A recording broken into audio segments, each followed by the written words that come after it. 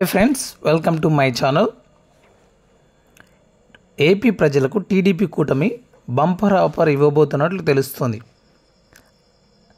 August 15 స్వతంత్ర దినోత్సవం పురస్కరించుకొని 3 పథకాలను అమలు చేయనున్నట్లు వార్తలు వస్తున్నాయి.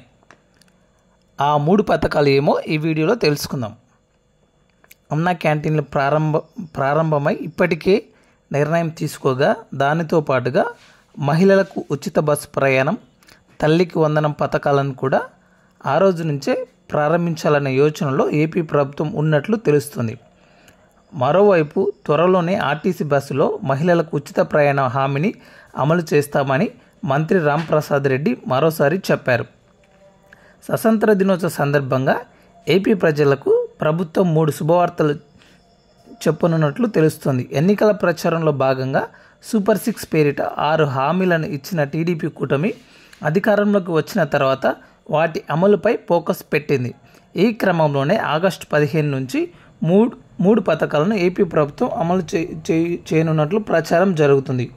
మహిళలకు ఉచిత బస్ ప్రయాణం, తల్లికి వందనం, అన్న క్యాంటీన్లను ఆగస్టు 15 నుంచి ప్రారంభించనున్నట్లు తెలుస్తుంది. అయితే ఇప్పటికీ అన్న క్యాంటీన్లు ఏర్పాటు చేయడం జరిగింది.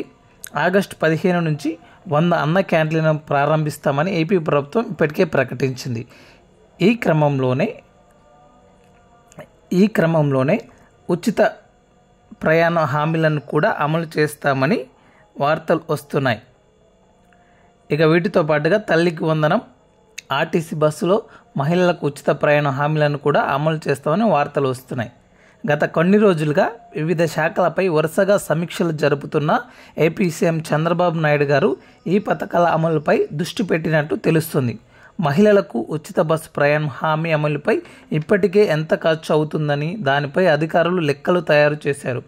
ప్రతి నెల 250 కోట్ల వరకు భారం పడవచ్చునని అంచనాకు వచ్చారు.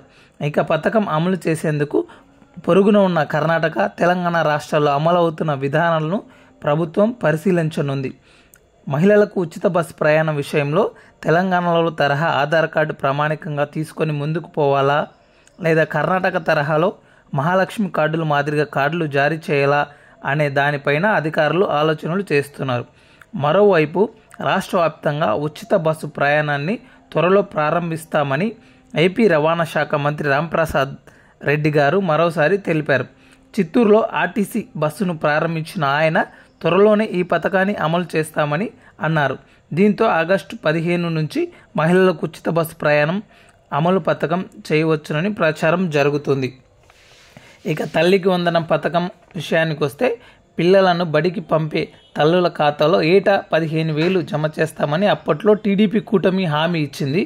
ఎంతమంది పిల్లలు ఉన్నా ఒక్కొక్కరికి 15,000 చొప్పున అందిస్తామని ప్రకటించింది. ప్రస్తుతం ఈ పథకం అమలుపై ఫోకస్ పెట్టింది టీడీపీ కూటమి ప్రభుత్వం.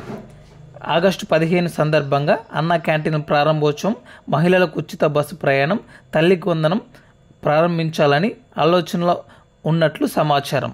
Thank you. వీడియో నచ్చితే లైక్ చేయండి, షేర్ చేయండి, సబ్స్క్రైబ్ చేసుకోండి.